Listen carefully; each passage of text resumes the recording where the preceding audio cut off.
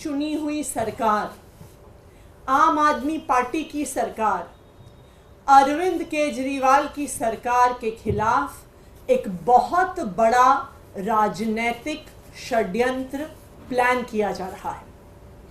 हमें विश्वसनीय सूत्रों से पता चला है कि आने वाले कुछ दिनों में केंद्र सरकार, भारतीय जनता पार्टी शासित केंद्र सरकार दिल्ली में राष्ट्रपति शासन लगाने वाली है। इसके कई संकेत पिछले कुछ दिनों से दिख रहे हैं। हम पिछले कई दिनों से देख रहे हैं कि दिल्ली में किसी भी अफसर की पोस्टिंग नहीं हो रही है। जो आईएएस अफसर हैं उनकी पोस्टिंग एमएचए द्वारा कंट्रोल्ड होती है, लेकिन पिछले कई महीनों से किसी भी सीनियर आईएएस अफसर की पोस्टिंग दिल्ली में नहीं हुई। दूसरी बात, दिल्ली के अंदर कई विभाग खाली हैं, वहां पर अफसर पोस्टेड नहीं हैं, लेकिन फिर भी दिल्ली के अंदर किसी भी अफसर को नहीं लगाया जा रहा। तीसरी बात, एलजी साहब पिछले एक हफ्ते से एमएचए को बार बार बिना किसी कारण के दिल्ली सरकार को लेके चिट्ठियां लिख रहे हैं।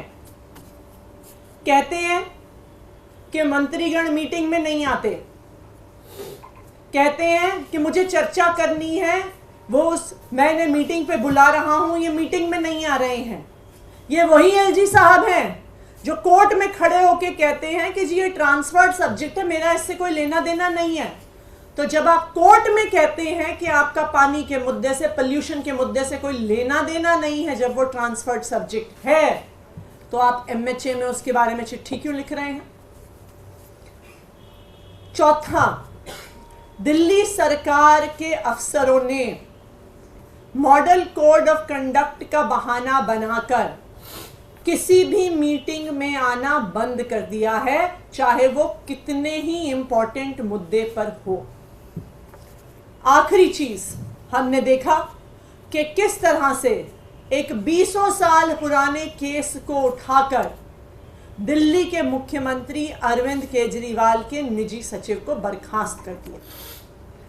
तो ये सारे लक्षण दिखा रहे हैं कि एक बहुत बड़ी साजिश हो रही है, दिल्ली की सरकार को गिराने की साजिश हो रही है, अरविंद केजरीवाल की सरकार को गिराने की साजिश हो रही है, और दिल्ली में राष्ट्रपति शासन लगाने की साजिश हो रही है। मैं दिल्ली के लोगों को भी बताना चाहती हूं कि आपको इन राजनीतिक साजिशों से डरने की जरूरत नहीं है।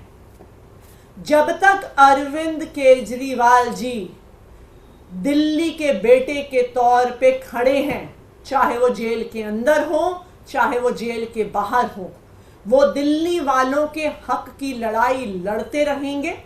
चाहे हमें इस लड़ाई को सड़क पर लड़ना पड़े, चाहे हमें इस लड़ाई को कोर्ट में लड़ना पड़े, चाहे हमें इस लड़ाई को संसद में लड़ना पड़े, लेकिन दिल्ली वालों को उनका हक मिल के रहेगा।